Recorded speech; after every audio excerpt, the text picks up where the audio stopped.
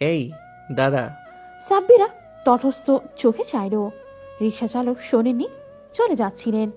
তীব্র ওনাকে ডাকছে বুঝতেই হাঁক ছুড়ো সমস্বরে। ওই ওই দাঁড়া, ভাই ডাকে। চালক থামলেন, চাইলেন ঘুরে। গলার পানি শুকিয়ে গেল তীব্রকে উঠে আসতে দেখে। এই এলাকায় যাতায়াত ওনার একে না চিনে উপায় আছে? শশব্যস্ত নেমে দাঁড়ালেন তিনি। তীব্র এগিয়ে এলো লম্বা পায়ে। বেচারা মুখ খোলার সময়ও পেল না। ঝড়ের মতো চরের তোপে মুখ থুবড়ে পড়ল নিচে। আচমকা হামলায় রুহুটা এসে লটকে থাকলো গলায়। গালে হাত দিয়ে ফির গোলাকার চোখে তীব্র হাতের ইশারায় বিব্র বলল, ওঠ। কাঁপা কাঁপা বুক নিয়ে উঠে দাঁড়ালেন তিনি। গলায় ঝোলানো গামছার দুমাথা মুহূর্তেই টেনে ধরল তীব্র। নরম কাপড়টা ক্রস শেপ হলো, কিন্তু তীব্রর ধরার কারণেই ফাঁসির দড়ির ন্যায় চাপ বসালো গলায়। রিক্সা চালক ভয় ডরে রক্তশূন্য ত্রাসে ছটফটিয়ে বলেন, আমি কিছুই করছি ভাই। তীব্র ধমকে বলল, এই গান বাজালি কেন? অন্য গান ছিল না, কেন বাজালি? ভাই আমি তো গান ঠিক মতোই গাই না। এক স্যারের টাকা দিয়া কইছে এক চাক্কা দিতে, আমি তীব্র মটমট করে বলল, বিশ্লেষণ চাইনি। দোষ করেছিস, শাস্তি ভোগ কর। এই, ওর রিক্সা ভাঙ। বলতে দেরি সাব্বিরদের রিক্সার উপর হামলে পড়তে দেরি হলো না। খোলা রাস্তায় হুট টেনে কাত করে ফেলতেই লোকটা ত্রস্ত তীব্রর পা চেপে ধরেন। আর্তনাদ করে বললেন, ভাই আল্লাহ দোহাই এমন কইরান না। এইটা দিয়া আমি সংসার চালাই, আমারে ছোট্ট পোলাপান আছে। এইটা ভাঙলে আমার জরিমানা দেওয়ান লাগবো।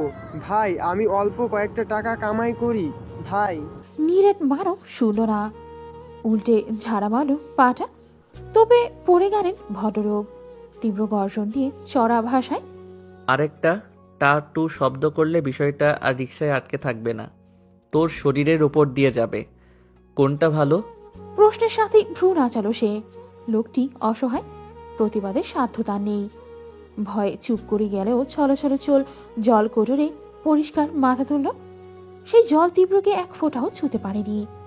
নিরুদ্বেগ ছেলেটা আবার ফিরে গেল জায়গায়। চোখের সামনে চূর্ণ হওয়া রিক্সা। কেঁদে ভাসালো এক নিরুপায় মানুষ। ছাপিয়ে খুব আরাম করে বসল সে। সাদাটে চোখ ফেলে রাখলো মাটিতে। মনের কিছু ক্লেশ উগড়ে দিল শক্ত চিবুকে। আমি খারাপ ছিলাম, আরো বেশি খারাপ হব। ভালো মানুষ, ভালো কাজ, তোর ওসব লেকচার ভুলে গেছি আমি। শুধু ভুলিনি তোর প্রতারণা। একবার ভাগ্য তোকে আমার সামনে এনে দাঁড় করাক পুষ্পিতা, শুধু একবার। হ্যালো সবাই, মোজবিটের সাথে আমার এক্সপিরিয়েন্স ছিল সিরিয়াসলি এক্সাইটিং। এখানে এমন কিছু ফান এবং এঙ্গেজিং গেমস আছে যা আমি আগে দেখিনি।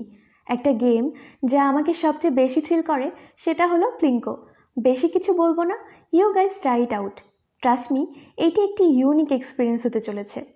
যদি আপনি গেম লাভার হয়ে থাকেন তাহলে মোজবিটে সবার জন্য কিছু না কিছু আছে। মোজবিটে বিকাশ, নগদ, রকেট উপায় আর অন্যান্য অনলাইন ট্রানজ্যাকশন মেথডসের মাধ্যমে ইজি এবং সিকিউর ডিপোজিট এবং উইথড্রয়াল করা যায়। আর তাদের কাস্টমার সাপোর্ট দিনে 24 ঘন্টা, সপ্তাহে 7 দিন available to help you out. আপনি ইভেন লাইভ স্ট্রিম করতে পারবেন আপনার favourite matches right from the platform. আমার প্রোমো কোড PROK6 ইউজ করে রেজিস্টার করুন এবং প্ল্যাটফর্মে অ্যামেজিং ফিচার্স এক্সপ্লোর করুন। Don't miss out. তীব্র হাত মুঠো করে দৃষ্টির ভাঁজে ক্রোধের পরিচ্ছন্ন লেডিহান শিখা, যার দাও দাও অনল কাউকে পুড়িয়ে অঙ্গার করার ইচ্ছে। যতটা যন্ত্রণায় পুড়ছে সে, তার চেয়েও শতাধিক যন্ত্রণা ফিরিয়ে দেওয়ার প্রয়াস। দূর থেকে এতক্ষণ সবটা দেখলো হাফিজ। মুঠোফোনের শব্দে সরিয়ে আনলো নজর। পকেট থেকে বের করে কানে গুঁজে বলল, জি স্যার, আমি এখানেই আছি। জি ছোট স্যার, আমার সামনেই। আজকে এখন অবধি 2টো দোকান, একজন রিক্সা ভাঙতে দেখলাম। আমি ক্ষতিপূরণের ব্যবস্থা করে দিচ্ছি স্যার, আপনি একদম চিন্তা করবেন না। লাইন কেটে দীর্ঘশ্বাস ফেললেন জামশেদ। মন খারাপ করে ডুব দিলেন ফাইডে। তবে মনোযোগ এলো না। হতাশা নিরাশ জট পাকিয়ে গোটা মাথা কিনে নিল। তার ছেলে আগেও বকাটে ছিল, সেই ক্লাস 9 থেকে এক রোখা চলাফেরায় উগ্র। এখন আবার সে পথেই ফিরেছে। কিন্তু এতটা কষ্ট, এতটা আফসোস জামশেদের কোনোদিনও হয়নি। যে ছেলে কিছু মাস আগেও ভালো হতে চেয়েছে, বুক চিতিয়ে বলেছে আর কোনো উল্টাপাল্টা কাজে নিজেকে জড়াবে না, কোথাকার এক মেয়ের জন্য তার এমন করুণ পরিণতি কোনো বাবাই বা মেনে নিতে পারে? ওই মেয়ে কেনই বা এসেছিল আর কেনই বা চলে গেল এমন? যে কঠিন প্রস্থানে তার ছেলেটা নিঃসত্তাকে হারিয়ে পুরো এলোমেলো হয়ে গেল। ভদ্রলোকের মর্মপীড়া বাড়ল বাড়ি ঢোকার পরপরই। আজ একটু দেরি হয়েছে আসতে, ঘড়িতে প্রায় 1টা বাজে তখন। লুৎফা এখনো ঠায় বসে মেঝে সোফাতে। ওনাকে দেখেই ছুটে এলেন কাছে। তোমার সাথে বিট্টুর কথা হয়েছে? স্ত্রীর চোখ মুখ দেখেই জামশেদ ঘটনা বুঝে ফেললেন। একপল দেওয়াল ঘড়িতে চোখ বুলিয়ে বললেন, এখনো ফেরেনি। শুকনো মুখে মাথা নাড়লেন তিনি। ফোনও নেয় না, একটা খোঁজ যে নেব তারও কোনো উপায় নেই। যা অবস্থা ওর, কোথায় গেছে? এত প্যানিক করো না, দেখছি। জামশেদ ফোন তুললেন কাউকে কল করতে। তক্ষুনি ঘরে ঢুকলো তীব্র। উস্কো খুস্কো চুলের তোপে চোখের পাতা ঢাকা, দাড়িগুলো যেন বট গাছের ঝুড়ি, গলার কাছে শার্ট ভিজে চুপচুপে। দীর্ঘ কদমের কি টলমল দশা। জামশেদের চোখের পর্দায় পুরনো দৃশ্যপট চড়াও হয়। অবিকল সেই আগের বিট্টু, কিন্তু আজ রাগের বদলে কষ্ট হলো তার, ভীষণ কষ্ট।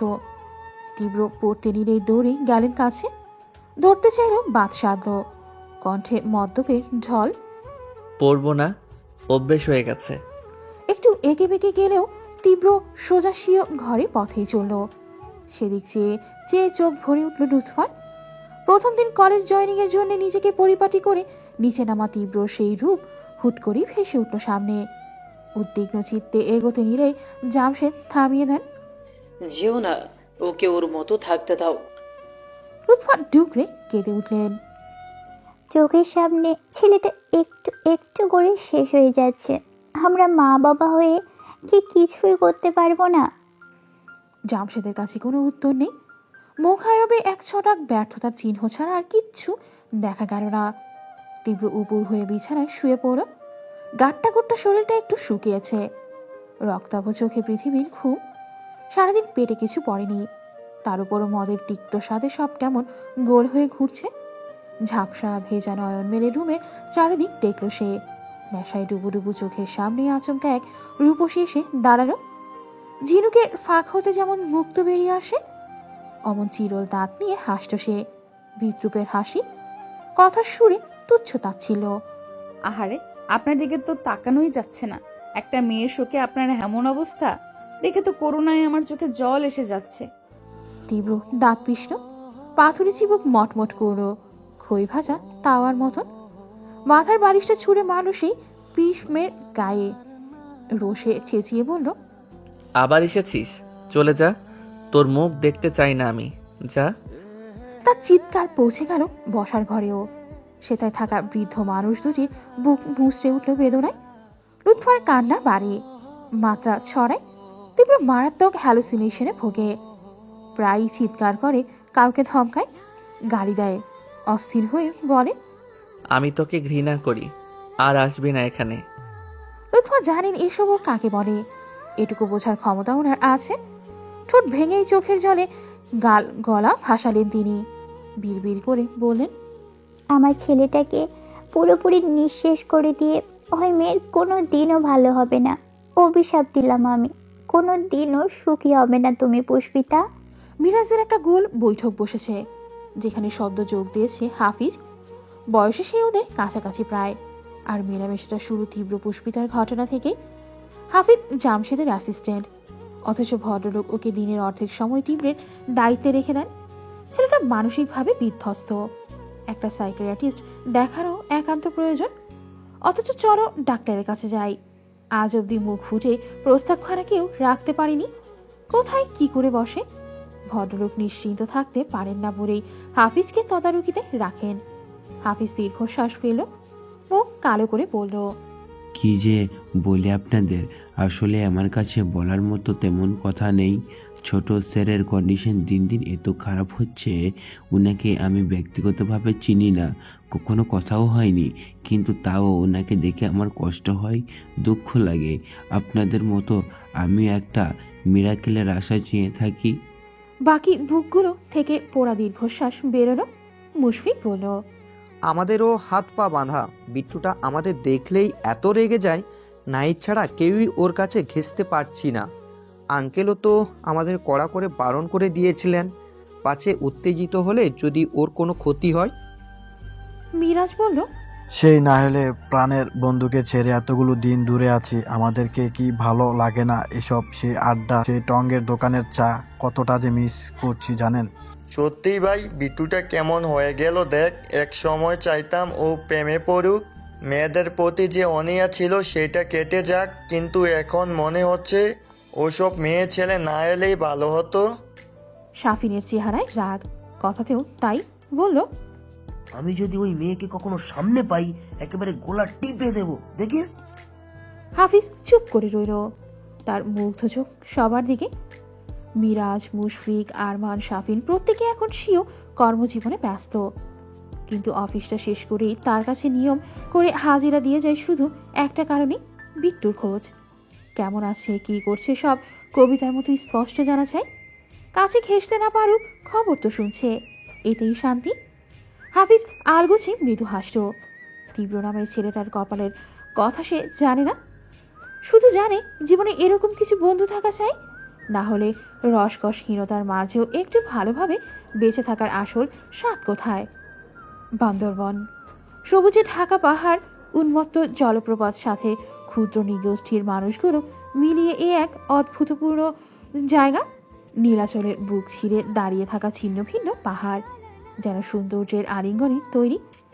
মাথার উপর দিগন্তের বিস্তৃত ঢাল, অদূরের শিল্পীর টানে আঁকা ছবির মতো নদী পেরিয়ে কেবলই ভোরের সূর্য উঠল। রবির কোল ঘেঁষে লুটিয়ে পড়ার আলোয় একটু একটু করে রূপ খুলল প্রকৃতির। ছোট্ট টিলা থেকে ভেসে আসা টুং টুং শব্দেই মৃদুমন্দ পবন মুখরিত। সেখানে বসেই পিয়ানোর ফল বোর্ডে আঙুল চালাতেই ব্যস্ত এক তরুণী।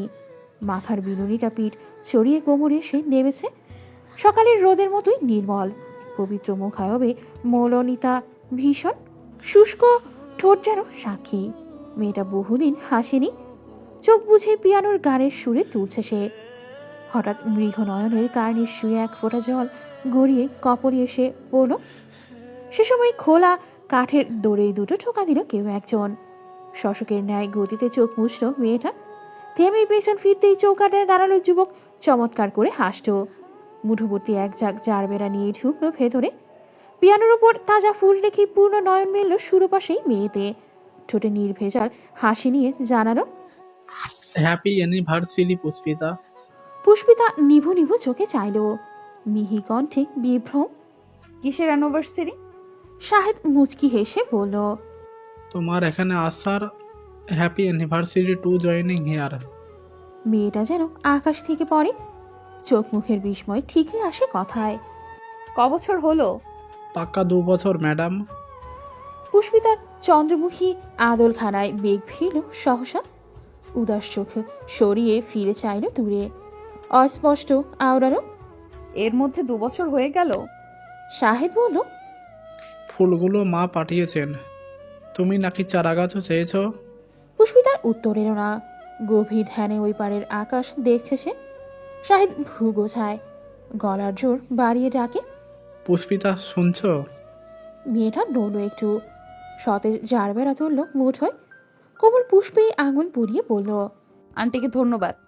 আমি যে নিয়ে এলাম, আমাকে ধন্যবাদ দিলে না? আপনাকেও ধন্যবাদ। শাহেদ ফোঁস করে শ্বাস ফেলল, হতাশ গলায় বলল, ধন্যবাদ যে কেউ এমন গোমরা মুখে দেয়? তোমাকে না দেখলে বুঝতেই পারতাম না, মাঝে মধ্যে তো একটু হাসতে পারো। পুষ্পিতা চুপ করে রইল, ঠোঁটের নড়শনে হাসা তো দূর, জিভ খসে একটা শব্দ এলো না। তার নজর পিয়ানোর ফলবোর্ডে। শাহেদের হতাশা প্রগাঢ় হয়, মেয়েটা এত চুপচাপ নিস্পৃহ, এরকম শান্ত তরুণী তার দেখা প্রথম কেউ। আজ কয়েকশো দিন ধরে যে ওর চোখের সামনে থাকে, অথচ এক মুহূর্তের জন্য একটুখানি হাসতে দেখেনি। শাহেদের আক্ষেপ হয় মাঝে মধ্যে যে দেখতে এত সুন্দর, যার কথার স্বর এত রিনরিনে, চোখ ঠোঁট সবেতেই এক আমূল সৌন্দর্য। সে মেয়ে হাসলে কেমন লাগবে দেখার ইচ্ছে জাগে ভীষণ। পুষ্পিতার নির্লিপ্ততা কাটাতেই চাইল সে। স্ফূর্ত চিত্তে বলল, তুমি কিন্তু অল্প কয়েকদিনে দারুণ শিখে ফেললে, কিন্তু সব সময় এই একই ট্রন বাজাও কেন? গানটা কি খুব বেশি পছন্দ? অবশ্য অরিজিতের গান পছন্দ না হয়েও উপায় নেই। পুষ্পিতা এবারও নিরুত্তর। এই গান যে ওর কাছে কি, কাকে বোঝাবে, কিভাবে বোঝাবে? দু চোখেই পশলা মাখা বিষাদ সে ঠাকতে চাইল পরের কথায়। প্রসঙ্গ পাল্টে শুধালো, বাচ্চারা কোথায়? বাইরে মায়ের কাছে, সেই জন্যই তোমাকে ডাকতে এলাম। যাবে? ও মাথা নাড়ল, ছোট করে বলল, চলুন।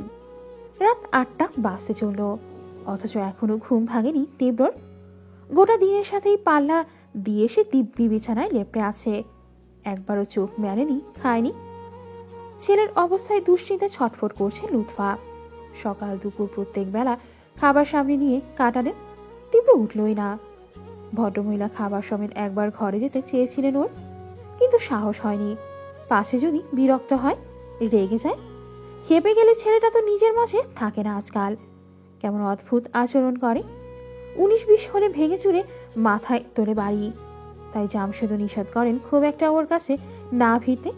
কিন্তু মা তো, মায়ের মন কি আর অত নিষেধাজ্ঞা মানতে চায়? ভদ্রমহিলার ক্লান্ত চোখ চকচকিয়ে উঠল তীব্রকে নিচে নামতে দেখে। অমনি ছুটে গেলেন তিনি, হড়বড় করে শুধালেন, উঠেছিস বাবা? খিদে পাইনি? খাবার দেবো? তীব্র কিছু বলল না। অগোছালো চিত্তে এক ধাপ নামলো সিঁড়ি। লুৎফা ফের বললেন, কি খাবি বাবা? ভাতই? ঘাড় নাড়ল সে। নেশার তোর এখনো ভালোভাবে কাটেনি। টকটকে লাল চোখে ঝাপসা দেখছে অনেকটা। মাথার দুপাশ ফেবে উঠেছে ব্যথায়। 1 কাপ উষ্ণ ক্যাফেন এই মুহূর্তে ভীষণ জরুরি, অথচ তীব্র টাটু শব্দ করল না। ঠোঁট নেড়ে কফি বলতেও যেন 1000 টন অনীহা। ও টলতে টলতে সোফায় এসে বসত। লুৎফা খাবার বাড়তেই যাচ্ছিলেন, আচমকা দেয়ালে আটা টেলিফোনটা তার স্বরে বাজে। কোমলমতি রমণী বিরক্ত হলেন একটু। এই সময় আবার কে? ঝটপট গিয়ে রিসিভার কানে গুঁজলেন তিনি। গেটের সিকিউরিটি গার্ড ফোন করেছেন, কণ্ঠে নম্রতা।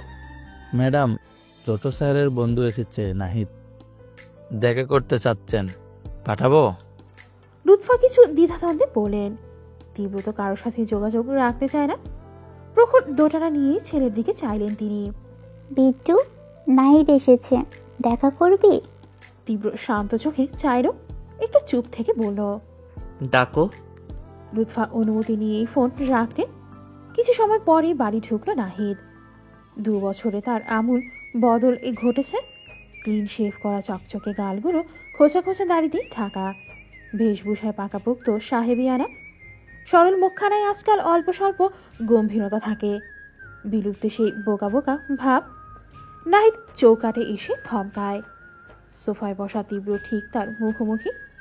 কতদিন পর দেখা। আবেগের ঘন ঘটায় ছেলেটা আপ্লুত হয়ে পড়ল। পুরনো সৌরম্য অতীত ভেবেই চোখের কোণে চিকচিক করো জল। ইস, কি অবস্থা বিট্টুর!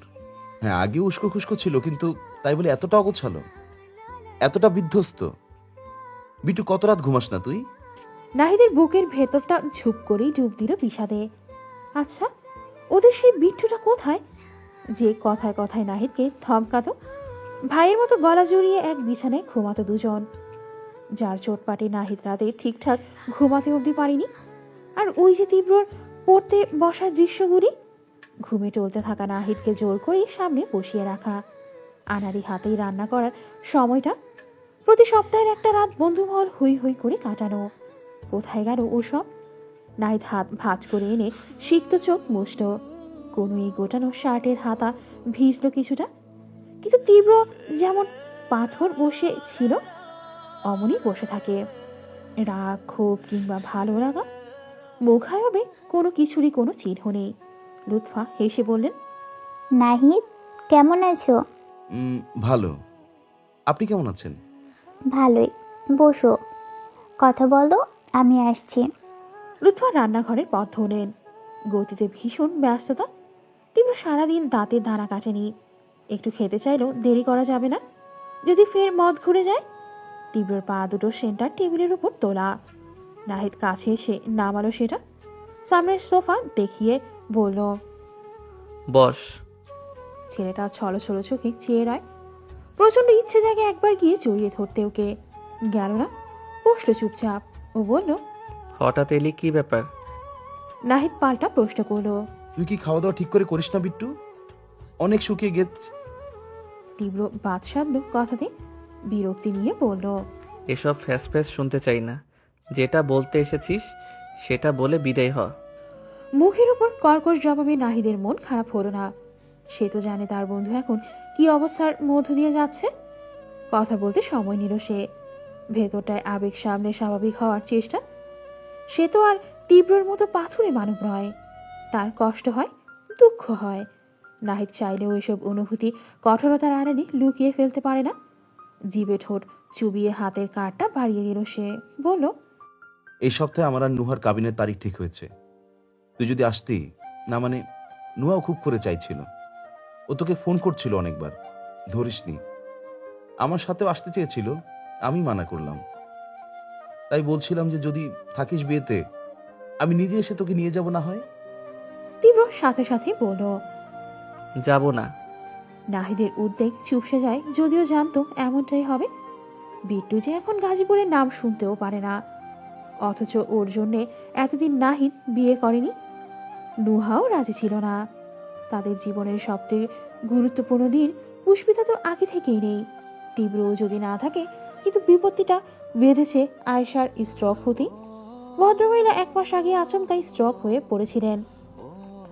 ডাক্তার হাসপাতাল ছোটাছুটি করিয়ে সুস্থ হলেন শেষে। তার পরপরই নুহার গ্রাজুয়েশন পার করিয়ে বিয়ে দেওয়ার যে চিন্তা ছিল, সেথায় এখন আমূল বদল এসেছে। যদি হুট করে ওনার কিছু হয়ে যায়, তখন মেয়েটার কি হবে? চোখ বোঝার আগেই যদি নাহিদের হাতে তুলে দেওয়া যায়। সেজন্যই রাতারাতি 2 পরিবার বৈঠক বসিয়ে সিদ্ধান্ত নিয়েছে কাবিনের। কিন্তু বিট্টু যদি সত্যিই না যায়? নাহিদ চোটপাট করতে পারল না, খুব রাগ দেখিয়ে অধিকারও ফলালো না। কেবল তীব্রর অসুস্থতা ভেবেই শুধু টলমল চোখে বসে রইল অমন। তীব্র চোখ শব্দ তুলল জিভে। এখানে কাদার মতো কিছু হয়েছে? এমন ভাব করছিস যেন আমি না গেলে মহাভারত অশুদ্ধ হয়ে যাবে। সেটাই তো। তুই কে যে তুই না যাওয়ায় আমি কাঁদবো? তুই আমার পর, আমিও তোর পর, এমনই তো ভাবিস তুই। কিন্তু আমি তো তেমনটা ভাবতে পারি না। সেজন্য সবার প্রথম কার্ডটা নিয়েই ছুটে এসেছি তোর কাছে। কিন্তু তুই তো পণ করেছিস গাজীপুরে পাও ফেলবি না। দোষ করলো পুষ্পি। তীব্র গর্জে উঠল মাঝপথে। ওর নাম নিবি না? হুঙ্কার শুনে থেমে যায় নাহিদ। কিছু সময় থমে ধরে থাকে, তারপর আচমকা গিয়ে ওর সামনে বসে পড়ল। তীব্র ভরকে যায়। নড়ে চড়ার আগে নাহিদ ভেজা চোখে অনুনয় করল, প্লিজ বিট্টু, তুই প্লিজ আয়। আমার জীবনের এত বড় একটা দিন তোকে ছাড়া আমি কল্পনাও করতে পারবো না। প্লিজ, আমি হাত জোর করছি, দরকার হলে তোর পা ধরছি। নাহিদ হাত বাড়াতে গেলেই তীব্র ছিটকে পা সরালো। রেগে বলল, কি হচ্ছেটা কি? পাগল হয়েছিস? হ্যাঁ হয়েছি। তুই নিজে ভালো নেই, আমাদেরও ভালো থাকতে দিচ্ছিস না। আমি শেষবারের মতো বলে দিচ্ছি, বিয়েতে তোকে থাকতেই হবে। তুই যদি না যাস, খোদার কসম আমি মাঝপথেই বিয়ে ছেড়ে কোথাও একটা চলে যাব। যে তোর একার নেই, আমারও আছে। তীব্র চুপ। একভাবেই নাহিদের চটচটে মুখখানা দেখলো কিছু পর। ফোঁস করে শ্বাস ফেলে বলল, ঠিক আছে, যাব। উচ্ছ্বাসেই ফেটে পড়ল ছেলেটা। সত্যি তুই যাবি? এক কথা বারবার বলতে ভালো লাগে না। না লাগুক, তীব্র যাচ্ছে তো। নাহিদ প্রশান্ত শ্বাস টানল। মুখায়বে ঝলমলে তারা। একটা কাজ অন্তত হয়েছে। এখন বাকিটা তখনই লুৎফা এলেন। ফুরিও ছুটে ছুটে খাবার রেখে যাচ্ছে। কত আয়োজন! 4 কোণা টেবিলটা মুহূর্তেই ভরে গেল তাতে। লুৎফা এসে বলেন, বিট্টু, আয় বাবা, নাহিদকে নিয়ে খেতে আয়। ও বলল, পরে খাবো। কেন? সারাদিন তো কিছুই খেলি না, এখন আবার? সারাদিন যখন না খেয়ে মরিনি, তাহলে 2 ঘন্টা পর খেলেও মরবো না। ঢেকে রাখো। লুৎফার মুখটা কালো হয়ে যায়। নাহিদ খেয়াল করলো সেটা, আগ বাড়িয়ে বলল, আন্টি, আমি তো আপনাদের নিজেদেরই লোক, আমাকে বেড়ে খাওয়াতে হবে না। আর বিট্টুকেও না হয় আজকে আমি সার্ভ করব। আপনি বরং যান, ঘরে গিয়ে বিশ্রাম নিন। লুৎফার মন খচখচ করছে, কিছুটা আহত হলেন। ভেবেছিলেন আজ ছেলেটাকে নিজের হাতে বেড়ে খাওয়াবেন। কতগুলো দিন তীব্রতার সামনে বসে ভাত খায়নি, আজ তো নেশার চক্করে দুর্বল হয়ে বাসায় ঘুমোচ্ছিল। অন্যদিন তো এ সময় বাড়ির আশেপাশেও তাকে খুঁজে পাওয়া যায় না। মনের ক্লেশ তিনি মনেই চাপা দিলেন। জামশেদ ঘরে একা আছেন, শরীর ভালো নেই বলে ফিরেছেন তাড়াতাড়ি। ভদ্রমহিলা মাথা নেড়ে চলে গেলেন সে পথে। নাহিদ কিছুক্ষণ প্রস্থান দেখল রমণীর। এসির মাঝেও ঘামছে সে, চেহারায় উসখুসের ছাপ, ধরফর করছে বুকখানা। তীব্র দূরদর্শিতায় সবটা ধরা পড়ল। কণ্ঠ সন্দিহান। তুই কি আরো কিছু বলবি? চটক কাটা নেয় মুখ তুলল সে। এলোমেলো চিত্তে কথা খুঁজল কিছুক্ষণ। কিছু তো বলার জন্য ছটফট করছে ভেতরটা, কিন্তু শোনার পর বিট্টুর প্রতিক্রিয়া কি হবে সেটাতেই ভয়। মুখ খুলল রয়ে শোয়ে। ইয়ে বিট্টু, আমার সাথে না ওরাও এসেছে। তীব্র নিরস চাউনি ধপ করে জলে হেলে থাকা পিঠ শটান করে সহসা। সচেতন কণ্ঠে বলল, কারা? সাফিনরা? ঢোক গেলেই মাথা নাড়ল নাহিদ। তীব্র তড়াক করে উঠে দাঁড়ায়, চেঁচিয়ে বলল, তুই ওদের সাথে এনেছিস কেন? আমি বারণ করিনি? বল, করিনি বারণ? নাহিদ ঘাবড়ে গেল, কণ্ঠে উদ্বেগ। বিশ্বাস কর, আমার কিছু করার ছিল না। ওরা খুব অনুরোধ করছিল তোর সাথে দেখা করবে বলে। না, আমি ওদের সাথে দেখা করব না। ওরা যেন এখানে না আসে। এক্ষুনি যেতে বল ওদের, এক্ষুনি। তীব্র কণ্ঠ শক্ত, ক্রমে আওয়াজ বাড়ছে। নাহিদ বলল, একটু শান্ত হ প্লিজ। ওরা দরজার বাইরেই দাঁড়িয়ে আছে। তীব্র কিছু বলবে পূর্বেই কতগুলো পায়ের শব্দ এলো এখানে। মুশফিক, মিরাজ আর শাফিন এসেছে। আরমান দুদিন হলো অফিসের কাজে বাইরে গিয়েছে ঢাকার। চেনা তিনজনকে দেখে মুখের পেশি বদলে গেল তার। তর্জন দিল চড়া গলায়, দাঁড়া। ওরা থমকায়, চলতি কদম সমেত দাঁড়িয়ে যায় স্থানে। তীব্র চোখে মুখেই জল করছে ক্রোধ। বলল ভীষণ কঠোর স্বরে, যে পথে এসেছিস সে পথ ধরেই বেরিয়ে যা। কেউ আসবি না এখানে, কেউ না। তিনজন মুখ চাওয়াচাই করে, চোখে ওদের অন্যরকম ভাষা। সবার আগে মুখ খুলল মিরাজ। কেন, কি করছিস? আমরা আমাদের ওপর তোর কিসের এত রাগ? তীব্র মুখ ঘুরিয়ে নেয়, তার নিশ্চয়তায় একটু সাহস মিলল ওদের। মুশফিক দুপা এগিয়ে আসে, কণ্ঠে মোলায়েম, তুই এরকম করছিস কেন বিট্টু? আমাদের অন্যায়টা কি বল? নাই তোর কাছে আসতে পারে, শুধু আমরা পারি না কেন? বল না, আমরা কিছু করলে বলে দে। দরকার পড়লে মার, তাও এরকম দূরে সরিয়ে রাখিস না। তোকে ছাড়া আমরা কেউ ভালো নেই। তীব্র চোখ তখনও অন্যদিকে, পাষণ্ডের ন্যায় বলল, আমার কোনো বন্ধুর দরকার নেই। শাফিন মুখ শক্ত করল, লম্বা পায়ে এসে দাঁড়ালো তার সামনে। এত সহজে কথাটা বলতে পারলি বিট্টু? শব্দগুলো উচ্চারণ করতে তোর একটু কষ্ট হলো না? অথচ তোর সাথে দেখা হয় না দেখে, সামনাসামনি দুটো কথা বলতে পারি না দেখে আমরা একদণ্ডও শান্তিতে শ্বাস নিতে পারছিলাম না। সামনে নাহিদের বিয়ে, আমাদের বন্ধু মহলে প্রথম কারো বিয়ে, আমাদের সবার সাথে একসাথে আনন্দে হইচই করার কথা। বিট্টু চল না, আমরা সেই আগের মতো মিলেমিশে থাকি। দেখ, তোর নিষেধ সত্ত্বেও আমরা সব ভুলে ছুটে এসেছি আজ, আর তুই আমাদের এইভাবে তাড়িয়ে দিচ্ছিস। তীব্র মন গড়ল না, অটল তার কণ্ঠস্বর। আমি তোদের সাথে কোনো কথা বলতে চাই না, যেতে বলেছি যা। শাফিন খেই হারালো সহ্যের, জেদ দেখিয়ে বলল, না, যাব না। তুই আগে উত্তর দে, আমাদের অপরাধ কি? তোকে বেশি ভালোবাসি, সব সময় তোর ব্যাপারে প্রায়োরিটি লিস্টের ওপরে রাখি, এটা আমাদের দোষ? কোথাকার কোন পুষ্পিতার জন্য তুই আমাদের এইভাবে দূরে ঠেলে দিতে পারিস না বিট্টু? তোর কি একটুকু খারাপ লাগে না? একটুকু মনে পড়ে না আমাদের? একটা মেয়ের জন্য সব ভুলে গেছিস? এই আমরা তোর বন্ধু ছিলাম, এত ঠুনকো তোর বন্ধুত্ব। গড়গড়ে কথায় দাড়ি টানল শাফিন। নাহিদ চোখ খিচে জিভ কাটল। শাফিনটা উত্তেজনায় আবার পুষ্পিতার প্রসঙ্গ তুলে ফেলেছে।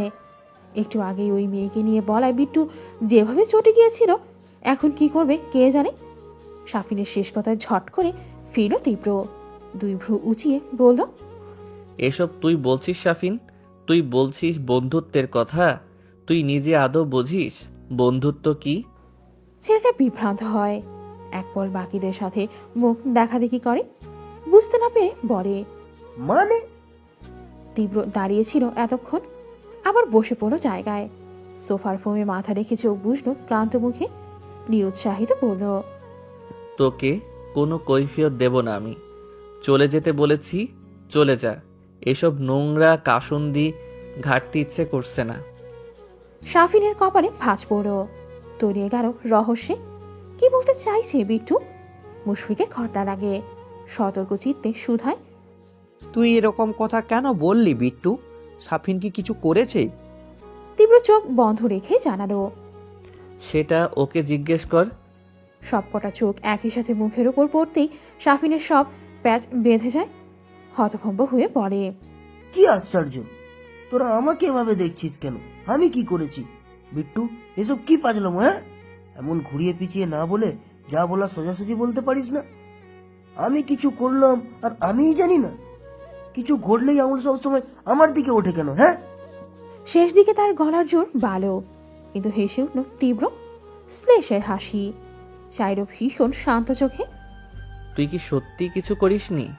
শাফিন অনড় চিত্তে জবাব দেয়, কি করব? তোর সাথে দেখা করতে এসেছি বলে আমার উপর যাতা অভিযোগ তুলবি তা তো হতে পারে না। তীব্রর বিলাতি চোখ টিমটিমে এক পেশে হেসে বলল, তুই আসলেই জাত অভিনেতা শাফিন, সত্যি আমি মুগ্ধ না হয়ে পারছি না। আচ্ছা, একটা কথা বল তাহলে। আমি সেদিন ট্রাকটাকে যাওয়ার জন্য যথেষ্ট জায়গা দিয়েছিলাম, অথচ ওটা তাও ছুটে এসে আমার জিপে ধাক্কা মারলো কেন শাফিন, তুই জানিস? শাফিনের বক্ষস্থল ছ্যাত করে উঠল। রুদ্ধ মস্তিষ্কেই শুষ্ক হাওয়া ঢুকলো এক ফালি, যাতে আটকে পড়ল শ্বাসের তোর। তীব্র চোখের চাউনি শান্ত, কিন্তু সাফিনের মনে হলো এই দৃষ্টির তোপে হাত পা জমে বসেছে তার। সাদাটে চোখে এমন কিছু মেশানো যা হয়তো কারো অতলে রাখা সবকিছু প্রযত্নে পড়তে পারে। হাওয়ার মতো ছুটে এসে তীব্রর পা দুটো চেপে ধরল সাফিন। হাউমাউ করে বলল, বিট্টু, আমার ভুল হয়ে গেছে, আমাকে ক্ষমা করে দে। নাহিদ, মুশফিক, মিরাজ বিস্ময়ে নিস্পন্দন হয়ে পড়ে। বাজ পড়ল তাদের সকলের মাথায়। মুশফিক হতবাক হয়ে বলল, এর মানে তোর অ্যাক্সিডেন্টের সাথে সাফিন যুক্ত? তীব্র নরসরহীন, উদ্বেগ শূন্য, নিষ্প্রাণ চাহনি সফেদ সিলিংয়ে আটকে খুব আস্তে বলল, পাছার শাফিন। সে শূন্য না, বরং আরো দৃঢ় করলো বাঁধন। কেঁদে কেটে বলল, না, আমি ছাড়বো না। তুই আমাকে মাফ করে দে বিট্টু। আমি তখন নিজের মাঝেই ছিলাম না। কি করতে কি করেছি, আমার সত্যিই বড় ভুল হয়ে গেছে। মুশফিক রাগে কিরমির করে উঠল। তেরে গিয়ে খপ করে তুলল ওকে। প্রকট চোখে চাইল সাফিন। মুশফিক শার্টের গলার খামচে ধরে, চোখমুখে ঘৃণার পাহাড় নিয়ে বলল, তুই এত বড় অমানুষ সাফিন, এত বড় অমানুষ তুই। তার মানে ওই ট্রাক ভাড়া করে তুই বিট্টুর অ্যাক্সিডেন্ট করিয়েছিস? সাফিন সাফাই দিতে চাইল। পূর্বেই তার বাহু খাবড়ে নিজের দিকে ফেরালো মিরাজ। উষ্মায় থরথর করে বলল, তুই তাহলে এতদিন নাটক করছিলি আমাদের সাথে? তুই সেই মেন কালপ্রিট যার জন্য আজ বিট্টুর এই অবস্থা। কি করে পারলি বল, কি করে পারলি? মিরাজ ক্ষুব্ধ হাতে কলার ধরে ঝাঁকায়। নাহিদ ভ্রীমর চিত্তে আওড়ায়, এত বড় বিশ্বাসঘাতকতা তুই করতে পারলি শাফিন? এক এক বন্ধুর এক এক অভিযোগে সাফিন ধৈর্য খোয়ায় ফের। নরম মুখের গড়নে বদল ঘটে সহসা। ঝাড়া মেরে কলার থেকে মিরাজের হাত সরালো সে। খুবই একাকার হয়ে বলল, হ্যাঁ, পারলাম আমি। তোরা আমার জায়গায় থাকলে তোরাও পারতি। এখন এত লেকচার দিচ্ছিস তো খারাপ ভাবছিস আমাকে? কিন্তু একটা কথা সত্যি করে বলতো, আমি যে ওকে বন্ধু ভেবেছি, ও কি করেছে আমার জন্য? পুষ্পিতা মেয়েটাকে তো আমি আগে থেকেই পছন্দ করতাম। বিট্টু সেটা বুঝেও ছিল, কিন্তু তাও তোদের সামনে আমাকে সাবধান করে দিল আমি যেন পুষ্পিতার দিকে আর না তাকাই। কেন? মেয়েটার উপর ওর নজর পড়েছিল বলে? মেয়েটা ওর হয়ে গেছে, আর আমার ইমোশনের কোনো দাম নেই। সেদিন আমি যদি পুষ্পিতাকে ভুল করে তুলে নিয়ে না যেতাম, বিট্টুর সাথে ওর কোনোদিনই দেখা হতো? আমি তো সেদিনই ওকে বলেছিলাম যে পুষ্পিতাকে আমার ভালো লেগেছে, বিয়ের কথাও বলেছি। কিন্তু ও কি করলো? ওর পাওয়ার আছে, ও ঠিক যা বলবে তাই ঠিক। আমি কেউ না, কিচ্ছু না, তাও আমি মেনে নিয়েছিলাম। ভেবেছিলাম মায়ের চিকিৎসায় টাকা দিয়ে সাহায্য করেছে, তাই সব মনে রাখবো না। কিন্তু ওর চুপ থাকা আমার আর সহ্য হলো না। আমাকে দেখিয়ে দেখিয়ে পুষ্পিতার সাথে মেলামেশা, হাসাহাসি, রোমান্স, আমার চোখের সামনে মেয়েটাকে জড়িয়ে ধরা, নাচ করেছে, আমাকে পাঠাচ্ছে আংটি কিনে আনতে। এসব করতে গিয়ে যে আমার কত কষ্ট হতো কেন বুঝলো না বিট্টু? ও ও মন্ত্রীর ছেলে, চাইলে দেশের সেরা মেয়েকে বউ হিসাবে পাবে। তাহলে পুষ্পিতাকে তো পারতো আমার হাতে তুলে দিতে, কিন্তু তা করলো না। নিজে উঠে পড়ে লাগলো মেয়েটার পিছনে, নিজের খায়েশ মেটাতে। বন্ধুকে কষ্ট দিয়ে সে কেমন বন্ধু? বল বল না তোরা, সে কেমন বন্ধু? সবাই স্তব্ধ, বিস্মিত, হা করে চেয়ে রইল শুধু। মিরাজ স্তম্ভিত, আওড়ারও। সাফিন, তুই জানিস তুই কি বলছিস? হ্যাঁ জানি, জানি বলেই তো বলছি। আর এসব নিতে পারছিলাম না। রোজ রোজ মেয়েটাকে সাথে নিয়ে ঘুরতে যাওয়া, ছবি তুলে পোস্ট করা ইনস্টায়, ওদের এসব রঙ্গ তামাশা দেখে আমার গায়ে জাস্ট আগুন ধরে যেত, আগুন।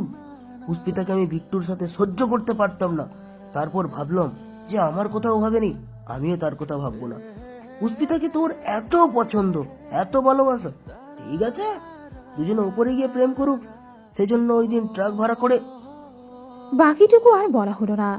একটা দর খুশির তোড়ে সাফিন ছিটকে পড়ল দূরে। প্রত্যেকে হকচকায়, বিকট চোখে ফিরে যায় সাফিন। নাহিদ ফোঁস করে বলল, জানোয়ার, আজ তোকে আমি মেরেই ফেলবো। ও এগোতে নিলেই তীব্র সাফিনকে আড়াল করে দাঁড়ালো।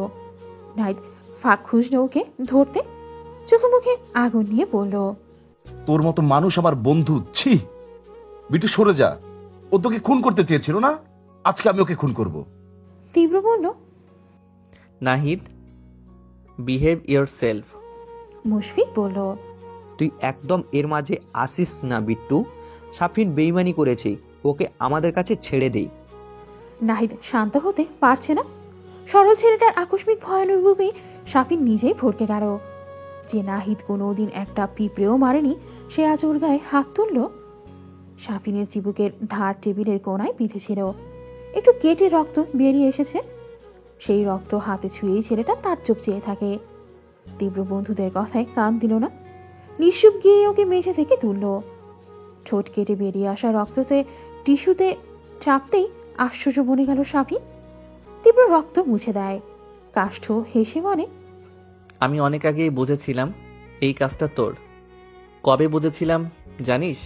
সেদিন গাজীপুর থেকে ফেরার পথে তুই যখন জিজ্ঞেস করলি অ্যাক্সিডেন্টের কেসে আমার কাউকে সন্দেহ হয় কিনা, আমি ড্রাইভারের মুখ দেখেছি কিনা, ট্রাকের নেম প্লেট দেখেছি কিনা। সেদিন তোর চোখে মুখের চিন্তা, আমার উত্তর শুনে তোর স্বস্তি পাওয়া, পুরোটা আমি স্পষ্ট দেখেছিলাম। সাফিন বিহব্বল নেত্রে ঝোঁকিল ও ফের বলল, মুখে কিছু বলিনি, কিন্তু বিশ্বাস ভাঙার তাণ্ডবে আমার বুকটা আরেকবার চুরমার হয়ে গেছিল সাফিন। সেদিন থেকেই ভাবলাম জীবনে আর কোনো বন্ধু রাখবো না। নাহিদ বড্ড সোজা ছেলে, তাই ওকে ফেরাতে পারিনি। কিন্তু তোর থেকে দূরে থাকার অজুহাতে আমি মিরাজদের সাথেও মিশতে চাইনি। আবার আমাকে মারতে চাওয়ার জন্যে তোকে কিছু বলতেও চাইনি। তুই ভয় পাস না, তোকে আমি আজকেও কিছু বলবো না। মিরাজরা বিহব্বল হয়ে একে অন্যকে দেখল। নাহিদ হতবুদ্ধি বনে বলল, কি বলছিস কি বিট্টু? সবকিছুর মূলে ও জেনেও তুই ওকে ছেড়ে দিবি?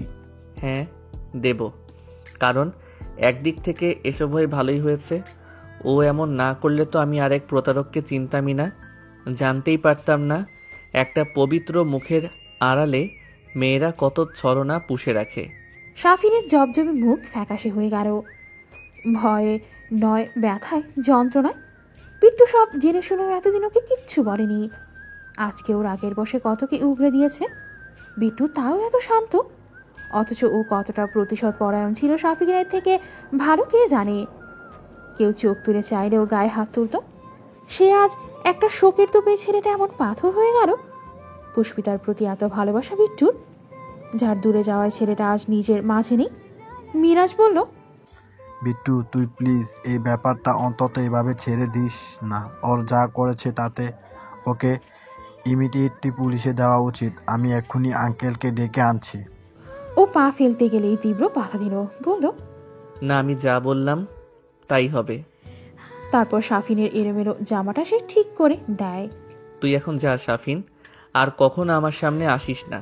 তোর জন্য আমি একটা নতুন দুনিয়া চিনেছি, তাই চাইবো তোর আর পুষ্পিতার মতো সব প্রতারক যেন পরের বার ফুল হয়ে জন্মায়। তাহলে অন্তত তোরা বুঝবি কোনো কিছু ছিঁড়ে নেওয়ার ব্যথা কাকে বলে। বিট্টু, কিছু শুনবো না আমি, যা। তীব্র ধাক্কা মারলো ওকে। পড়ে যেতে নিয়েও নিজেকে সামলায় শাফিন। তারপরও অসহায় চোখে মিরাজের দিকে চাইল। সহসা মুখ ফিরিয়ে নিল সে।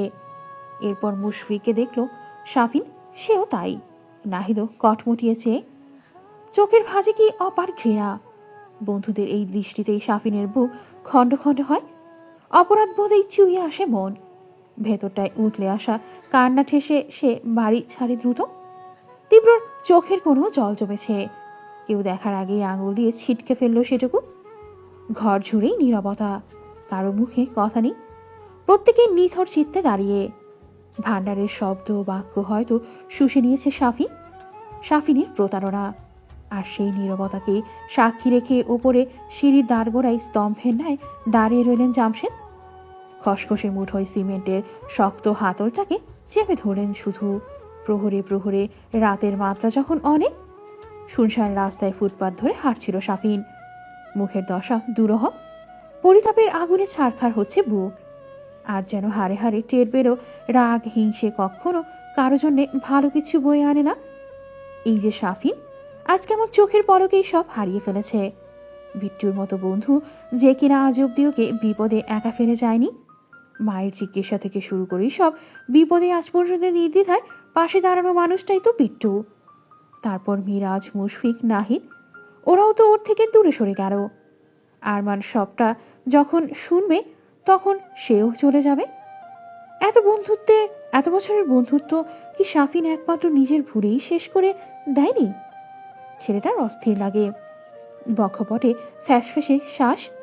ফুটপাতের আইল ধরে ধপ করে বসে পড়ল সে। মাথার চুল টেনে টেনে ঝরঝর করে কাঁদল কিছুক্ষণ। আচ্ছা, ও কি আবার পেছনে ছুটে যাবে? আবার গিয়ে পা ধরবে বিট্টুর? ওকে মারুক কাটুক যা ইচ্ছে করুক, সব শাফিন মাথা পেতে নেবে।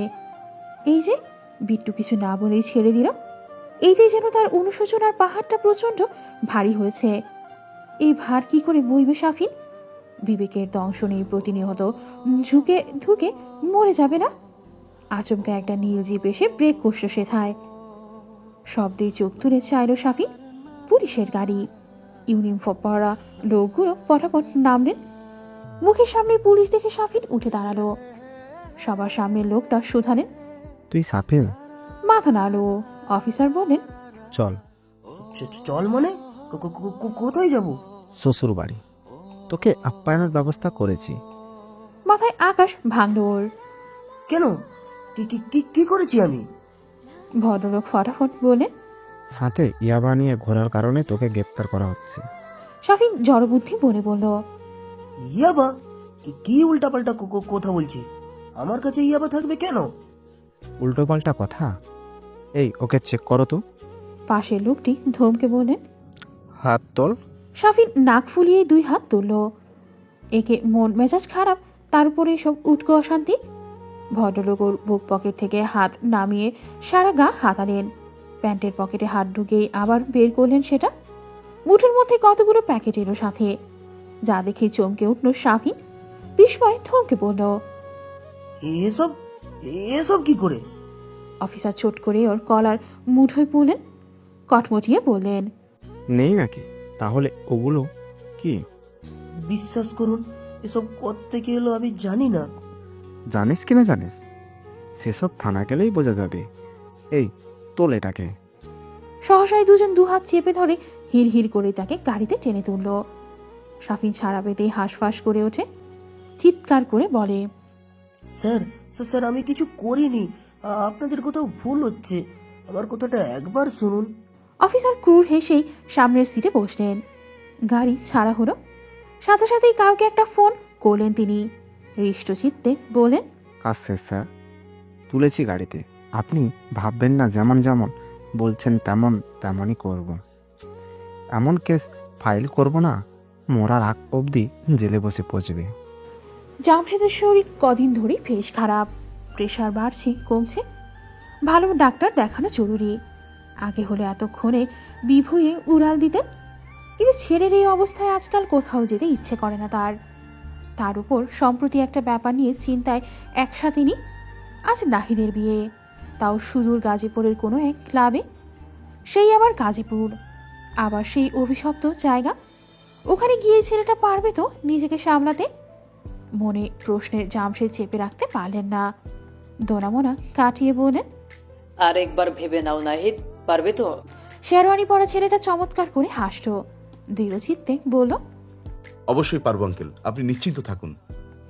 পাশ থেকে মিরাজ বলল, আঙ্কেল, আমরা সবাই আছি, বিট্টুর কোনো অসুবিধাই হতে দেব না, আপনি আর ভাববেন না তো।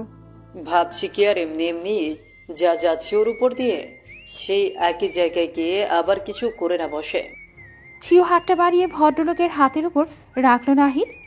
চোখে মুখে আশ্বাসের বন্যা লুটিয়ে বলল, আমরা আছি আঙ্কেল, বিট্টুকে নিয়ে এই লড়াই শুধু আপনার একার নয়, আমাদের সবার। দেখবেন ও ঠিক সুস্থ হয়ে যাবে। জামশেদ কিছু বললেন না। এত মানুষের আত্মবিশ্বাস দেখে হয়তো ভরসা পেলেন একটু। লুৎফা নাস্তা দিয়ে গেলেন। তার কিছু সময় পরেই নিচে নামলো তীব্র। মাথার অগোছালো চুল, চুলের বড় বড়, মুখের বড় বড় দাড়িগুলো একই রকম আছে, কিন্তু বড় অনিচ্ছা একটা ভালো শার্ট পরেছে আজ। হাতের ঘড়িটায় তাকিয়ে একচোট শ্বাস ফেললেন জামশেদ। কবছর আগেও ছেলেটার বসন ভূষণ দেখে চোখ জুড়িয়ে গিয়েছিল তার। আর এখন যাক, শূন্য থেকে শুরু হচ্ছে এই অনেক। বন্ধুকে দেখে খাবার ফেলে উঠে এলো সবাই। নাহিদের হাস্যোজ্জ্বল আদরে তারার মেলা বসেছে। ওষ্ঠপটে বিজয়ী হাসি টেনে বলল, চল। তীব্র সবাইকে দেখলো একবার। বিয়েতে যাওয়া নিয়ে প্রফুল্ল প্রত্যেকে। এই যে সকাল সকাল আরমানও হাজির হয়ে গেছে। তীব্র হুট করে শাফিনকে মনে পড়ল। সেই কলেজ থেকেই পরিচয় দুজনের। ওই দিনের ঘটনার পর মিরাজরা তার কাছে হপ্তে দিয়ে রইলেও শাফিনের দেখা মেলেনি। তীব্রকে খুন করতে চাইছিল শোনার পর বাকিরা ওর দিক থেকে মুখ ফিরিয়ে নিয়েছে, কিন্তু ও তো তা চায়নি। শাফিনের সঙ্গে বাকিদের বন্ধুত্বে ভাঙন আসুক, এমনটা তীব্র চাইতে পারে? ও খুব আস্তে শুধালো, শাফিন যাবে না? নাহিদ মুখ শক্ত করল নিমিষে, মাঝপথেই বলে দিল, ও গোল্লায় যাক, তুই আয় তো। তীব্র বাহু টেনে হাঁটা ধরল সে। মিনমিনে ছেলেটা আচমকায় কেমন ভারিক্কি হয়ে গেল। জামশেদের থেকে বিদায় নিয়ে একে একে বাড়ি ছাড়ল সবাই। ভদ্রলোক ঠোঁট ফুলিয়ে শ্বাস ফেললেন। তীব্রর মুখে শাফিনের নাম শুনে যেটুকু দুশ্চিন্তা হচ্ছিল এক্ষুনি, মুহূর্তেই থামল তা। মিরাজ আরমান পাশাপাশি হাঁটছে। সময় কাটিয়ে ফিসফিস করলো আরমান, শাফিনের ব্যাপারটা বিট্টু জানে না তাই না? মিরাজ বলল, না, আমরা কেউ বলিনি। আর অন্য কোথা থেকে যে খবর পাবে সেই উপায় আছে? ফোনটা তো সুইচ অফ করে ফেলে রাখে সারাদিন। বলে দেব আমি। ও চোখ প্রকট করলো, না, মাথা গেছে তোর। আঙ্কেল করা মানা করে দিয়েছেন। আর এমনিতেও যা হয়েছে ঠিক হয়েছে। সাপের এই শাস্তি প্রাপ্য। বিট্টু নিজেদের লোকের বেলায় খুব দয়া। শয়তানটা থানা শুনলেই ঠিকই সারাতে চলে যাবে, দরকার নেই। ওর মা আমাকে ফোন করেছিলেন, খুব কান্নাকাটি করছেন, বলছেন বিট্টুকে একবার জানাতে।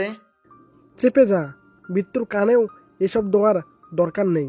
কত বড় জানোয়ার হলে বন্ধু হয়ে বন্ধুকে খুন করতে চায়, তাও সারার এক মেয়ের জন্যে।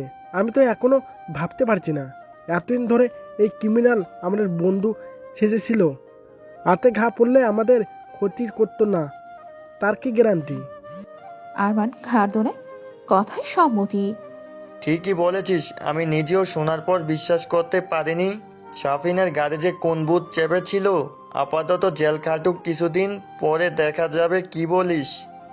হ্যাঁ। মুশফিক সামনে ছিল, পেছনে ফিরেই গলা তুলে বলল, এই তোরা এত ফুসুর ফুসুর করছিস কি নিয়ে রে? ছেলে মেয়ে বিয়ে দিচ্ছিস? হ্যাঁ, আয় তাড়াতাড়ি। দুজন থতমতে খেয়ে পায়ের গতি বাড়ালো। সবাই মিলে আনন্দ চিত্তেই গাড়িতে বসলো। তারপর কতদিন পর সেই একই সাথে একটা সফরে যাচ্ছে ওরা।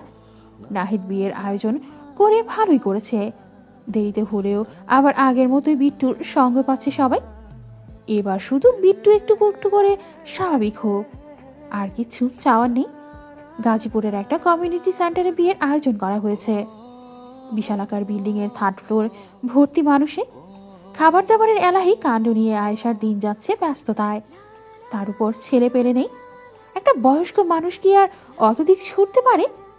নুহার ফুপা মামায়েরা টুকিটাক তদারকি করলেও নিজেদের মতো তো আর হয় না।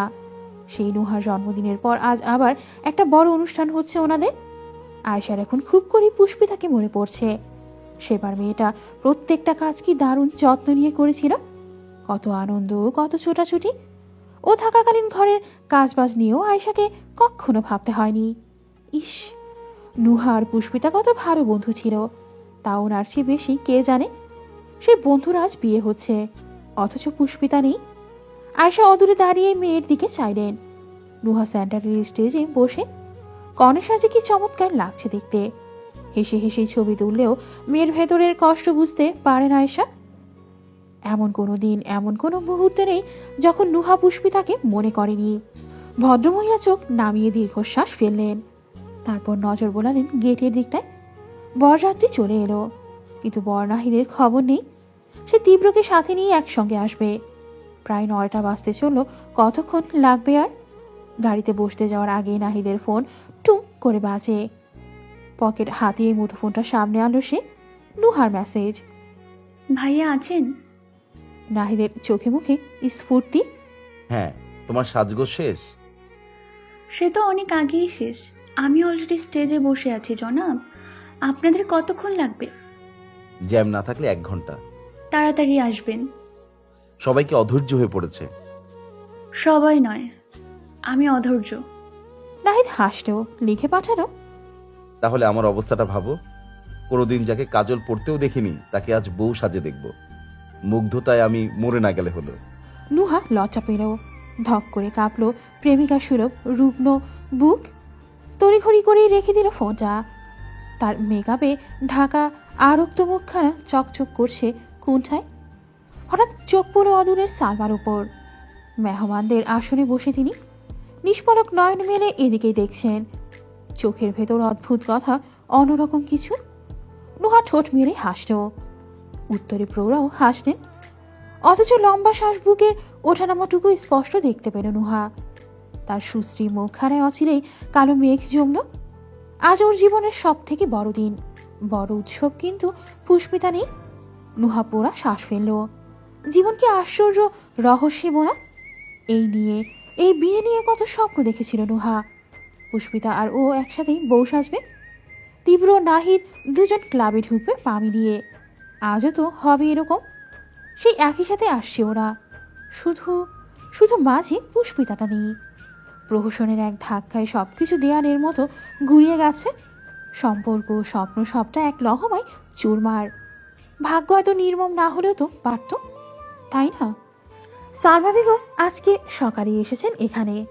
না, বিয়ে খেতে নয়, এসেছেন কিছু বিশেষ কাজে। কথা ছিল বাসা থেকেই ফেরত যাওয়ার, কিন্তু আয়েশা জোরাজোরি করে সেন্টার অব্দি নিয়ে এলেন।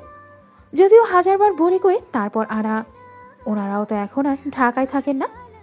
খোরশেদের সিলেটে বদলি হয়েছে সে অনেক দিনের ব্যাপার। ভাগ্যক্রমে আজ রাস্তায় জ্যাম বেশি নেই। ঘন্টায় পরপর গাজীপুরের চৌকাঠ ছোঁয়া গেছে। সেই ব্রিজ পার হতে হতেই অবিন্যস্ত তীব্র খেই হারালো মনে। খিচে রাখা অন্তরে স্পষ্ট ধরা দিল সেসব পুরনো মধুময় স্মৃতি। একদিন এই পথে দিয়েই ঠুকেছিল কোনো মুগ্ধতার নেশায়, কাউকে পাওয়ার আশায়। এই মফস্বলের রাস্তার প্রতিটা বাঁকে লুকিয়ে সেই কথা। কিন্তু এখন সেই বিশ্বাসঘাতক এখন অন্য কারো বউ। এতদিনে তো বাচ্চা কাচ্চার মাও হওয়ার কথা।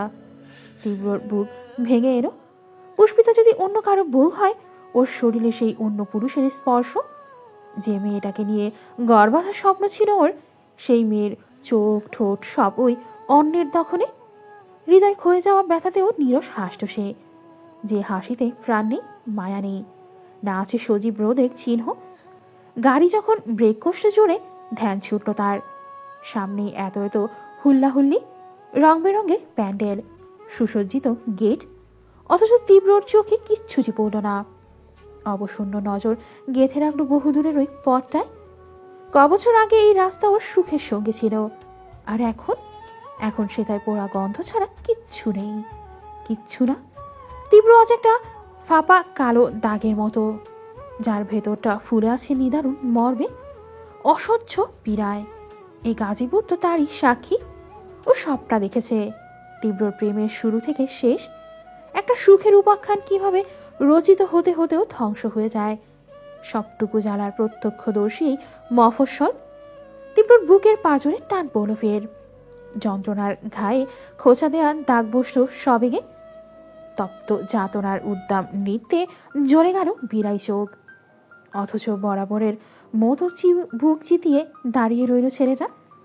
শক্ত চিবুক পোক্ত দেখারও আরও। যে মেয়ের আদ্যপ্রান্ত ছলনায় মোড়ানো, তাকে ভেবেও কেন কষ্ট পাবে? পাবে না, কক্ষনো না। তীব্রর পর বাকিরাও নামে। নাহিদ আর চোখে চাইল, গাল ফুলিয়ে শ্বাস ফেলল ধীরে। ওদের বিয়ের আয়োজন করার কথা ছিল বাড়িতেই, কিন্তু তীব্র ফ্ল্যাটে গেলে হয়তো নিয়ন্ত্রণহীন হতো। পুষ্পিতাকে মনে করে গুমড়ে উঠত আরো। সে আতঙ্কে নুহার সাথে মিলেই সেন্টারে ব্যাপারটা ঠিক করেছে। এজন্যই তো জামশেদকে অত আত্মবিশ্বাস নিয়ে কথাগুলো বলতে পেরেছিল নাহিদ। কিন্তু এখন মনে হচ্ছে এটাও ভুল হয়েছে। বিয়ে বোধহয় ঢাকায় হলে বেশি ভালো হতো। বিট্টুটা কেমন কাঠমুখে দাঁড়িয়ে, এই শুকনো চেহারাও দেখতে হতো না তখন। একে সাফিন দুইয়ে পুষ্পিতা, তুই কালসাপ মিলে ছোবলে ছোবলে ছেলেটাকে পুরো নীল বানিয়ে ফেললো। তীব্র কি বেঁচে আছে এখন? দেহে প্রাণ থাকলে কি তাকে বেঁচে থাকা বলে? মিরাজ পিঠে হাত রাখতেই নড়ে উঠল সে। ফিরে চাইলে বলল, চল। ও মাথা নাড়ে এগোই এক পা, পরপর থেমে যায়। বুক ভরে মৃদু শ্বাস টানে। ব্যাপারটা হয়তো বুঝলো মুশফিক। মোলায়েম কণ্ঠে বলল, সব ভুলে যা বিট্টু। এই মুহূর্তে ভাব, আমরা আর বিয়ে বাড়ি ছাড়া তোর জীবনে কিচ্ছু নেই। তীব্র হাস্যহীন অনড় চাউনিতে ঠোঁট দুটো দুলল শুধু। এক আকাশ বিশালতা নিয়ে যাকে ভালোবেসেছিলাম তাকে ভুলে যাওয়া যদি এত সহজ হতো, কবেই ভুলে যেতাম। ওরা কেউ কিছু বলল না, বলবে কি করে? রিক্ত ভান্ডারে জুৎসই শব্দ থাকলে তো। নাহিদ প্রসঙ্গ পাল্টালো। তীব্রর বাহু ধরে বলল, আয় ভিতরে যাই। সেন্টারের ভেতরে গিজগিজে মানুষ দেখে তীব্রর মাথা ধরে গেল। আজকাল লোকজন ভিড়ভাট্টা সহ্য হয় না তার। নাহিদ কোনার একটা টেবিল দেখিয়ে বলল, ওখানে বসি চল। আরমান বলল, বসি মানে তুই না বিয়ের পর, তোর তো এই সময় স্টেজে থাকার কথা। আরে ধুর, ওসব পরে হবে, চল তো তোরা। সেন্টারে সে কি বড় আয়োজন। চারিদিকে লাইট, গান বাজনা, বিয়ের রোশনাই, সব যেন টকবক করছে। এর মধ্যেই অন্তপটে এক নিকোষ কালো অন্ধকার ঠেসে হাজির হয়েছে তীব্র। অবচেতন মনে জেগে বসেছে সুপ্ত কোনো আশা। শত হোক বেস্ট ফ্রেন্ডের বিয়ে, হয়তো একটা পোড়া মুখ এখানে থাকলেও থাকতে পারে। যে মুখ দেখেই তীব্রর একদিন পৃথিবী বদলে গেল। যে চোখের চাউনি পাল্টেছিল তার বুকের গতি। যে ঠোঁটের কাঁপন দেখে তীব্রর নয়ন মুদেছিল হাজার খানেক শান্তির ঝর্ণায়। কিন্তু না, খুঁজে খুঁজে ওই মুখে দেখা মেলেনি। তবে স্টেজ থেকে হাওয়ার বেগেই নেমে এলো নুহা। ছুটে আসার তোরে শরীরের গয়নাগুলো ঝনঝন করে ওঠে। মেয়েটা ঠিক তীব্রর সামনে এসে থামল। আনন্দের বদলে দু চোখে চেয়ে গেল প্রখর বিস্ময়ের রেখায়। তীব্রর সাথে ওর শেষ কবে দেখা হয়েছিল মনে নেই। ওর তো ঢাকায় যাওয়া হয় না, তীব্র গাজীপুরে আসে না, নিজের ফোনটাও ব্যবহার করে না যে খবর নেবে কেউ। যে মানুষটাকে একদিন বেশভূষার সৌন্দর্যে এক চুল খামতি নুহা দেখেনি, আজ তার এই দশায় বুক মুচড়ে উঠল তার। কিন্তু মেয়েটা বুঝতে দিল না আজও।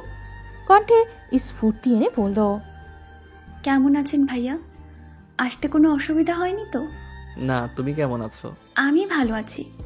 আপনাকে দেখে তো আরও বেশি ভালো লাগছে। বিয়ের শেষ অবধি থাকবেন কিন্তু, হুট করে চলে যাবেন না তো? শেষ প্রশ্নটা বড় মায়া নিয়ে করল সে। কিন্তু তীব্রর কাছে তো উত্তর নেই। এখানকার বাতাসে অদ্ভুত বিষ মিশে বোধ হয়, না হলে ওর এমন শ্বাসরুদ্ধকর দশা হবে কেন?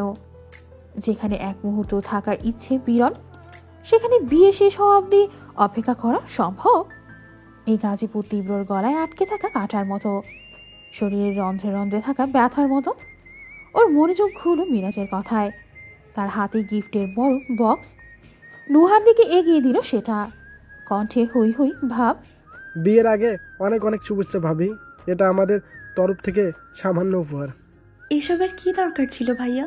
নাহিদ আমাদের এত প্রিয় বন্ধু, ওর বিয়েতে এসব কিছুই না। নিন, অনেকক্ষণ দাঁড়িয়ে আছি, হাত ব্যথা হয়ে গেছে। নুহা হাসল, দু হাতে আগলে ধরল বক্সটাকে। ওদের কথা বলার মাঝেই আয়শা এসে দাঁড়ালেন। চোখে মুখে অবার বিস্ময় নিয়ে তীব্রকে দেখলেন কয়েক পল। মিহি আর্তনাদ করে বললেন, তীব্র, এ কি অবস্থা তোমার? এত শুকিয়ে কি? নিচ থেকে মায়ের হাতটা চেপে ধরল নুহা। প্রসঙ্গ ঘোরাতে বলল, এইসব কথা এখন থাক আম্মু, ওনারা অনেক দূর থেকে এসেছেন, কাউকে বলুন একটু ঠান্ডা কিছু দিয়ে যেতে। আয়সার যেন টনক নড়ল। ভুলে গেছিলেন তীব্র এখন আর সেই তীব্র নেই। মাথা নাড়লেন গতিতেই। হ্যাঁ হ্যাঁ বলছি। তীব্র, তোমরা বসো, আমি এক্ষুনি আসছি। আয়সা ভীষণ ব্যস্ত ভাব করে অন্যদিকে গেলেন। সামনে থেকে সত্যিই তীব্র নজর পড়ল মুখোমুখি চেনা কারোর উপর। চোখে চোখ পড়তেই যেন থতমত খেলেন রমণী। অস্বস্তির পাহাড় নিয়ে নজর সরালেন দ্রুত। তীব্র চেয়েই রইল, পূর্ণ সতর্ক সেই চোখ। সালমা মাথার ঘোমটা টানলেন আরেকটু। শেষে দুম করে চেয়ার ছেড়ে উঠে গেলেন কোথাও। তীব্র চাহনি অনুসরণ করে সবটা দেখল নুহা। নিজেই বলল, ওনাকে আমরাই ডেকে এনেছি, আসতে চাননি, তাও অনেক বলে কয়ে আনা। আসলে এ মাসে আমরা ফ্ল্যাটটা ছেড়ে দিচ্ছি তো। তীব্র ভ্রু গোছালো। কেন? নুহা হাসত। আর কতদিন অন্যের ফ্ল্যাটে থাকবো ভাইয়া? তাছাড়া আম্মু রাজি নন এখানে থাকতে। নাহিদ বলল, নুহা আমাকে বলেছিল তোকে জানানোর কথা, মানে তুই তো ফ্ল্যাটটা। প্রতিমধ্যেই তীব্র শক্ত গলায় বলল, আমি জেনে কি করব? কাউকে একবার দিয়ে দেয়া জিনিসের ওপর আমি কখনো দ্বিতীয়বার ফিরি না। আমি ওকে সেটাই বলেছিলাম, যাকে ভালোবেসে দান করেছিলি সে তো আর এর মর্ম বুঝলো না। স্বার্থপর মেয়ে কোথাকার, অথচ দেখতে কি ভোলা ভালা, কে বুঝবে ভেতরে কি। নুহা শক্ত কণ্ঠে প্রতিবাদ করল, না, পুষ্পিতা স্বার্থপর নয়। তুমি আবার অন্য মেয়ে এসে বলছো নাহিদ, আমি তোমাকে বারণ করি।